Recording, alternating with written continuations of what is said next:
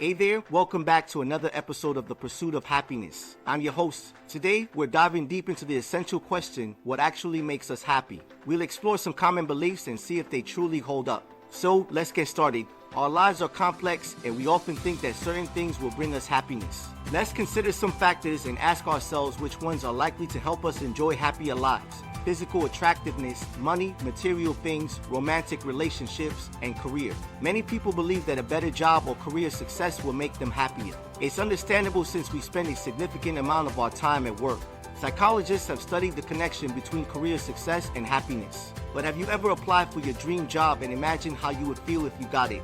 Let me share an interesting study conducted by Dan Gilbert at Harvard. Gilbert set up students with their dream jobs only to later rescind the offers. Surprisingly, losing the job didn't lead to the dramatic decrease in happiness that students predicted. In fact, they were only mildly affected, especially if they believed the decision wasn't their fault.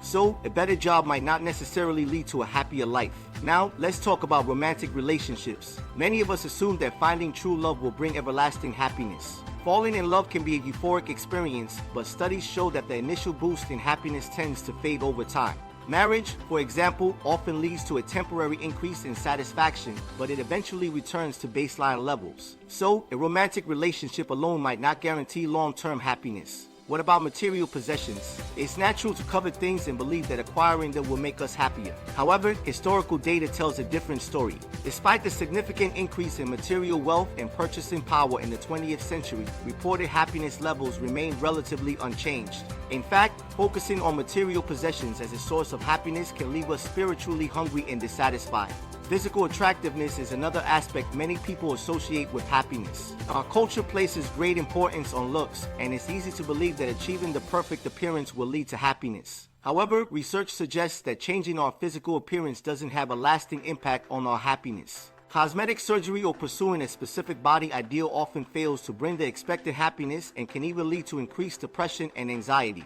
Finally, let's talk about money. It's a common belief that more money will make us happier. While income does have some correlation with life satisfaction, the relationship becomes weaker in wealthier countries where basic needs are already met. Beyond a certain income threshold, additional money doesn't significantly increase happiness. So, what's the truth?